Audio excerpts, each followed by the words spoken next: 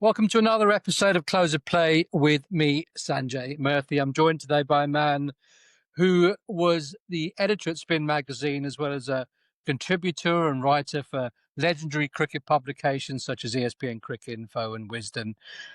He also co-directed Death of a Gentleman in 2015, I think it was, a film that talked about the big three in cricket: Australia, India, and England, and their implications of their power on global cricket. Something that's actually still relevant today, which we might touch on. Welcome to Close of Play, Jarrod, Kimber. Thanks for having me. No, pleasure. So, as I said, when I emailed you the other day, I did start off by saying that what I wanted to talk about was the dominance of Australian cricket and Australian sport. And I just made this massive assumption that Australian women were going to win the 50 over World Cup that concluded yesterday. Of course, that didn't happen. No, I think that the way that they play at the moment, they're going to lose a couple of games, but they've now lost a couple of World Cups back to back. They've gone with these incredible lineups where they bat to number 10. I wonder if they might change their tactics in the next little while and go with more specialist bowlers and just pick their best bowlers rather than people who could bat a little bit as well. A slight change in the guard too. They maybe not as good with the new ball as they used to be, and this is a tournament that a lot of teams were taking early wickets, but they're still a fantastic team. India might not have been the best team in the tournament, but India got it right at when they needed to the last three games, and Australia was a bit shaky all the way through. And as I said, it's 2 World Cups in a row now, so they've got to have a look at that. I think England, you can level the same sort of, not criticism, but sort of thought process at England. I mean, there was a lot of thought that it was an Australia-England final. Some might say it was a foregone conclusion that would be the case. But both sides, England probably more so than Australia, were wobbly all the way through the group stages. But, actually, it was a very Australian thing that the Indians did. The Australians have always been very good tournament teams, and India certainly came through at the right time. Yeah, I think, you look at India from the start of the tournament to the end, they're almost 2 different teams. And we did a podcast last night, and we were talking about how if it's reminiscent of anyone, it's probably an Australian team of 1999, right? Where you have a younger team, younger core coming through who kind of got it right at the right time when the other teams were falling apart.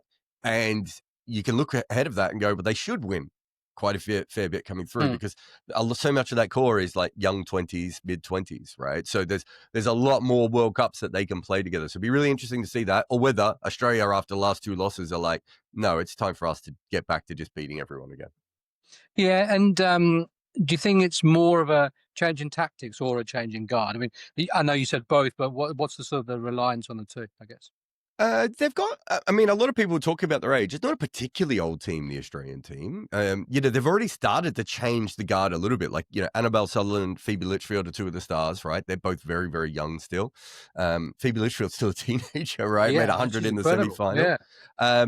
They got rid of some people like Jess Jonassen, who not that long ago was the best bowler in the world. And, I think they just picked someone who's roughly the same kind of player, but 7-8 years younger. So it's not as if, they had a big problem. They haven't had that sort of fast bowling backup that they used to have, where they had 2, 3, 4, incredible fast bowlers. A lot of teams have actually caught up to them or even gone past them with that. So there's probably a little bit of an element of that at the moment. But yeah, they're still, they probably still start the next tournament favourites unless something changes massively now. So I don't think they need a shake-up, but they have a lot of that sort of Kim Garth and Talia McGrath type cricketers. And I wonder if they look at it and go, we don't need 4 of them, right? Like Annabelle Sutherland is an all-rounder and she bats at number 4 and number 5, right? Yeah. Why do you need Talia McGrath, who can't really bowl all that much, at number 7? Why do you need Kim Garth batting at number 10? Maybe what we could do is pick a couple of specialist bowlers and change the team around. Because, I think if they pick their best 5 bowlers and they've got enough all-rounders already, they're probably still going to beat everyone. Whereas perhaps what they did in this team, what they did here was they went, we can bat to number 9, actually number 10, and we can have 8 bowling options, which is great. But I'm not sure it was the strongest bowling lineup that they could have taken in, and they could weaken. And you look at India weakened their batting to have more frontline bowlers, and that's when they got good. So I wonder if that's the way forward for the Australian team as well. Yeah, and I wonder if that was a conditions pick as well, in terms of we need to bat deep because, dew comes in later on at night. There's a lot of sort of, games that finish at night time for TV reasons. and we picked a side that actually bats deep because we might lose a few early wickets and we can't afford to get done for 220, 230 type thing. Yeah, it's possible. There's a lot of teams batting deep in this tournament, and some of that is just the professionalism of women's cricket. Hmm. So, a lot of the players who would have been single skill 5-10 years ago when it was amateur now are like training and working on their batting. Yeah. But, you look at, South Africa having Nadine de Klerk at number 8 and Risha Ghosh batting at number 8 for India. That just wasn't happening. It wasn't that long ago that if you had a women's team 4 wickets down, it was really hard for them to make a decent score. So, there is a movement within women's cricket to bat as deep as possible at the moment. And to be fair, Australia on talent probably still should have won this tournament. So it's a hard one to see whether they do a hard reset or whether they change. But I just think specialist bowlers win tournaments for you. And, if you look at this team, the Australian team, they're a little bit more like the South Africa team of the 90s, right? Where you've got a lot of players who are pretty good, but there's a couple of players you could just, I'd rather find the next Beth Mooney and have Beth Mooney, Phoebe Litchfield, and a bunch of specialist batters. And then you've got Ash Gardner and Annabelle Sutherland inside. You already have the all-round flexibility. You don't need the bits and pieces players that they seem a little bit obsessed with at the moment. Yeah, just quickly touching on the Ashes. Obviously, that's going to start in a couple of weeks. And what you've just said there, Jarrod, about bowlers, they essentially bowlers win your tournaments, win your series. And I think that this is why this Ashes is going to be so interesting, because I think, certainly from an opinion perspective, England's batters are probably more settled, and the top 7 in England is probably more settled and let's say better than the top 7 of Australia. But the Australian bowlers are the opposite, right? They're more settled and probably better than England's first pick 4 bowlers. So that's what's going to make it, I think, a very interesting series that's coming up. Yeah, I always back teams with the best bowlers before anything else. And, the Australian bowling isn't quite as strong now as it was because of Cummins' injury, and I don't But expect then him to Scott play. Boland comes in. Yeah, but the problem there is if Cummins doesn't play, Boland and Hazelwood have to play the entire series, and both of those have had a lot of niggly little injuries, and they're both old, right? They're old players. These are not young players, and No. they don't like bowling Hazelwood for an entire series anymore. And now it looks like they might have to do that. So, and if someone twists their ankle or does a hamstring or something, then Australia's next best bowler is, I don't know, right? So it might still be that they have a better bowling attack than England, but at the start of this series, it was way better. And they had the ability, I think they had the ability, if they wanted to not play Nathan Lyon and bring Boland in as the 4th seamer. I'm not sure they have that ability anymore. And a lot of this also relies on whether Jai Richardson comes fit at the right time. If he comes fit, then you've got another great, like Jai Richardson, if you look at his record, like he could be one of the world's great bowlers, but unfortunately he's never been fit for more than 8 minutes consecutively, right? If he gets fit, Australia should just win this just because they have so many bowling options and they can do that. But if Cummins can't play, and I think 3rd test is the earliest we will possibly see him, but it's possible he might not play in the entire series, and Jai Richardson isn't fit, suddenly the 4th bowler is someone like Michael Neser, right? Or, Fergus O'Neill, someone like that. They're talented players, but it's more like the England bowling lineup there. And so it does change quite a bit. But generally, at home, if you have the better bowling attack, you win like 90% of the time. Yeah. Right? That I think leads me nicely into sort of the main sort of thrust I wanted to chat to you about, for both the men's and the women's sort of cricket sort of formats and setups, if you like. How strong is the system nowadays in Australia compared with, let's say, 10, 15 years ago? There are so many overseas tournaments and different types of cricket nowadays. Is the Sheffield Shield still as strong as it was, and is it still the breeding ground for Australia's test players? I don't think Australian sport in general is as strong as it was. Okay. Probably the 80s and 90s and 2000s, early 2000s is probably the peak of Australian sport. If you look at what they did around the world, and part of that was that it's little things. Like when I grew up, we didn't have a shopping center particularly close to us. So I lived in Melbourne, we had 4 million people, right? But we didn't have shopping centers, and we didn't really have anything to do if we didn't play sport. And so Australian sport at every level is played like it's the top level of international sport. For a long time, for about 50 or 60 years, you would be playing like a 4th 11 game like it was a test match, right? You'd be playing netball like you were trying to win the Commonwealth gold, right? And it's just not the case anymore. Sport is now much more of a casual sort of cultural thing, and you might play a Tuesday night cricket game, but you're not playing the Saturday stuff, the serious stuff anymore, right? And when I grew up, we would play, like, all the serious tennis was on a Saturday, and now the serious players won't play on Saturdays anymore because they're, like, busy. So there's been a dilution, and even in the country, like, in the old days, you would have the hub of every country town in Australia would have been a football, cricket, rugby, netball, tennis thing, and it would be this big, you might only have 1,000 people in the town, and there might be 400 people at that venue at a certain time. And if there was an Aussie rules game or a rugby league game, it might be 5,000 people because people would come in to watch it, right? That's not happening in the same way that it did traditionally. And so sport is changing in where it is, but the way that sport is played in Australia is not the way it is played kind of anywhere else on earth, right? So if you compare it to America, because I think America is one of the more interesting models. American take high school sport about as seriously as, well, I mean, way too seriously, but as seriously as you could take it, right? But the minute if you get to college and you don't get picked in your college team, you just don't play anymore, right? You don't play. It's only the last 2 or 3 years that all these startup companies in America have started getting adults to play sport, right? So I've got people who, like, friends of mine who played college basketball who were from Australia went over, and they got to 22 and they never played basketball again. And I was like, well, how can you give it up? Like in Australia, you would play until your knees went, right? Until your back went. And it would be very serious, which meant that if you're Ricky Ponting and you're 15 and you're playing senior cricket in Launceston, right? There are 36-year-old guys who are trying to destroy you.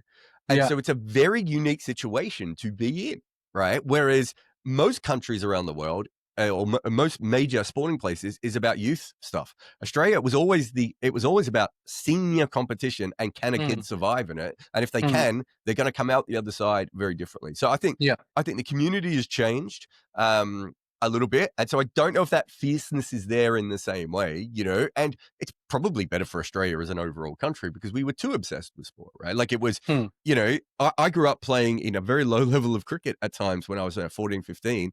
And the guys were thinking they were in test matches and were taking it way too seriously. So from a society point of view, you could say it's much better. But you can also see how in the next 20 to 30 years, Australia may not punch at the same level. I mean, you're talking about a country, 25 million people who have been like 4th and 5th in the Olympics before. Like that's it. That's ridiculous, right? Like per capita, Australia is so far ahead of where they would be. It's interesting, that there's a couple of things there. I think one is societal potentially, in terms of there's more distractions nowadays that kids have, and I'm, as you can tell by the whiteness of my beard, I'm definitely older than you are, and I was exactly the same, right? There was nothing. So I grew up, when was I born? 1967.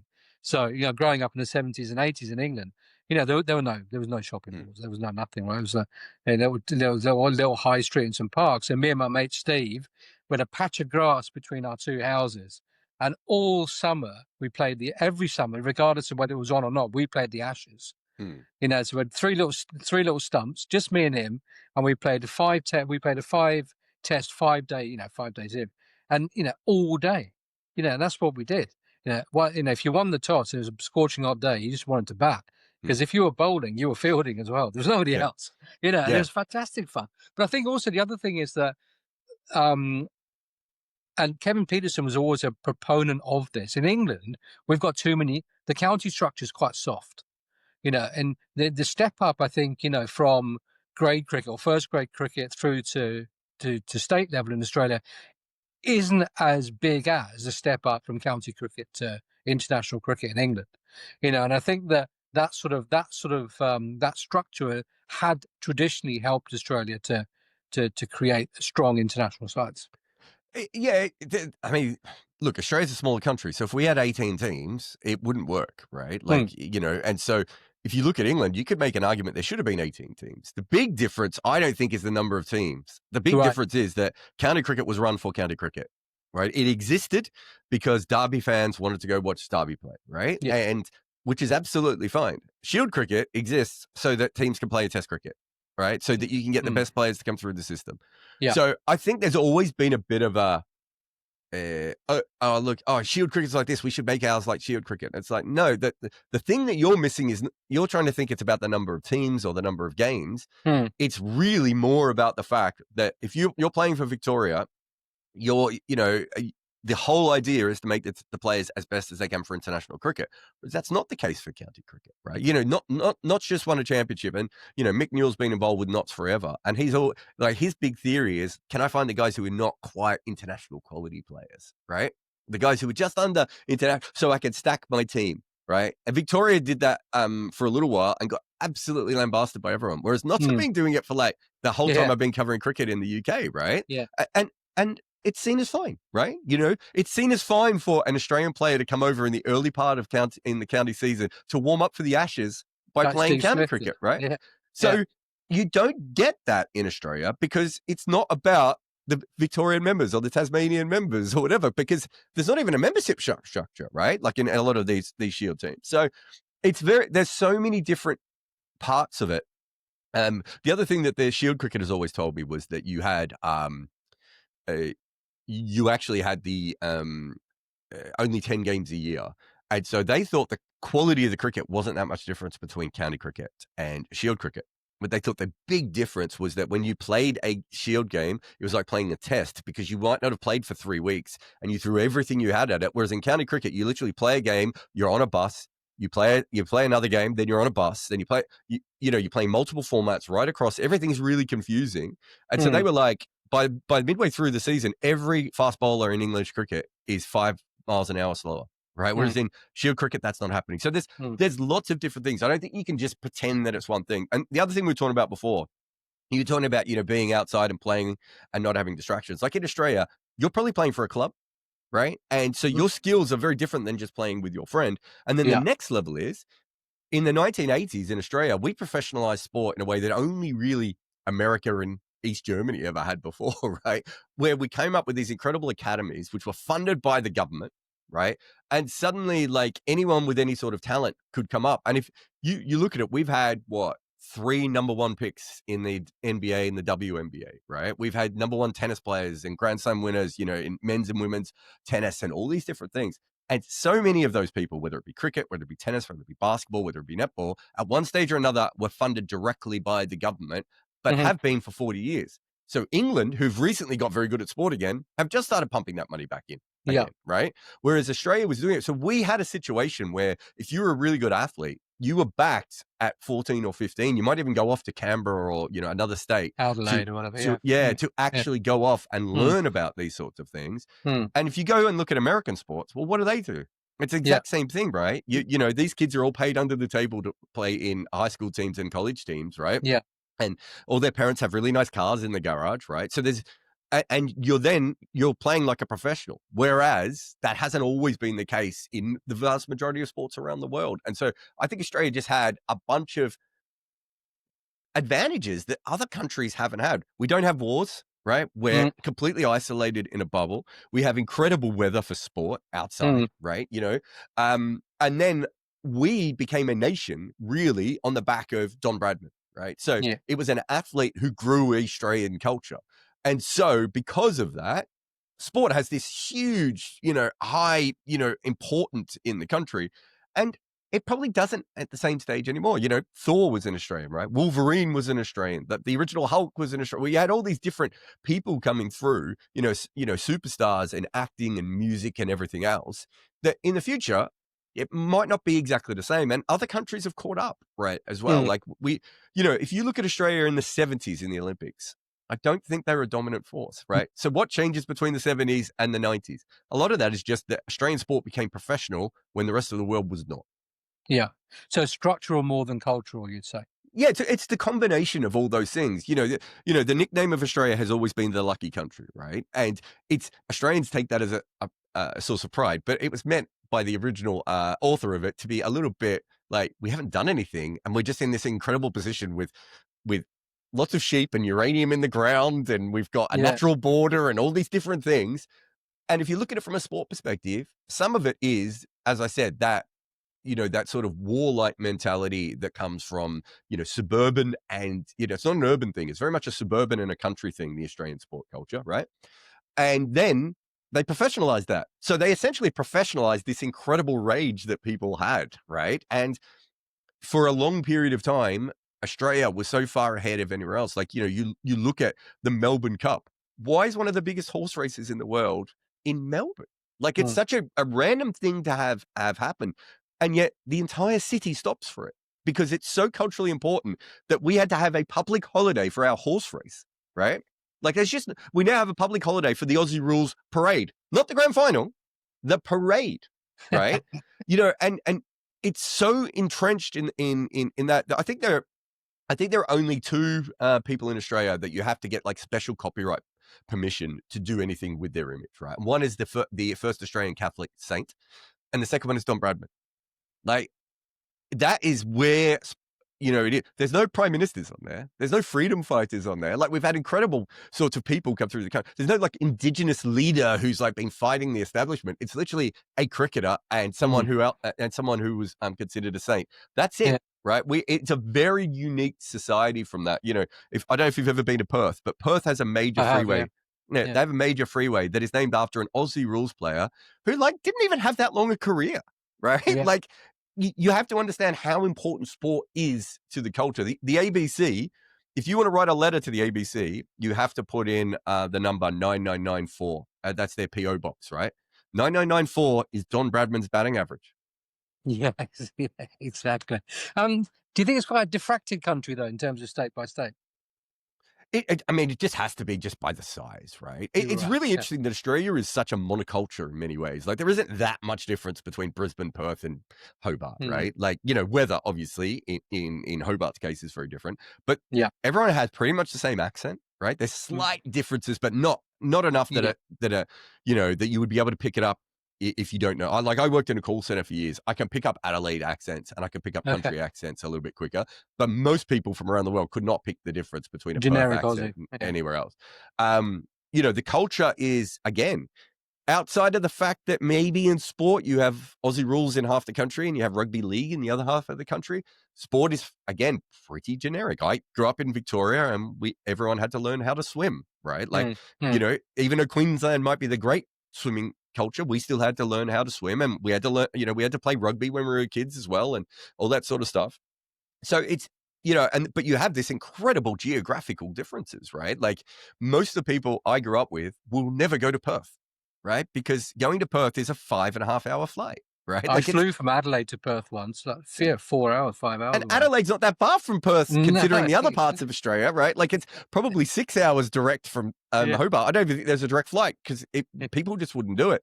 So, Yeah. most of the people I grew up with will not have seen the vast majority of Australia. They will have seen Sydney, Gold Coast, Brisbane, Yeah. maybe Adelaide, and these days Tasmania, because it's become a bit of a tourist destination. But they won't have seen the country parts of these places. They will have seen these cities in more often than not. So you have this incredible fracture from geography, and yet within that, this monoculture. And it's a really interesting thing that Australia is, Australia was lucky to become what it was, because it was going to be the East Coast and Tasmania, and it ends up becoming the entire. And yet still, there's something about Australian culture that sort of spreads really, really quickly, and everyone sort of gets behind it. And there isn't that much different than far north Queensland and and Adelaide, despite the fact that one's tropical and one's not tropical, and despite the fact that it's probably another 5-6 hours on a plane to get between the two. There really isn't that much difference between those two different areas. No.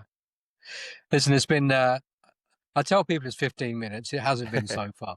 This one's got to 23. It'll be 25 by the time we've wrapped up. But no, I think it's brilliant. It's interesting, isn't it? I mean, I've always been fascinated. I love the country.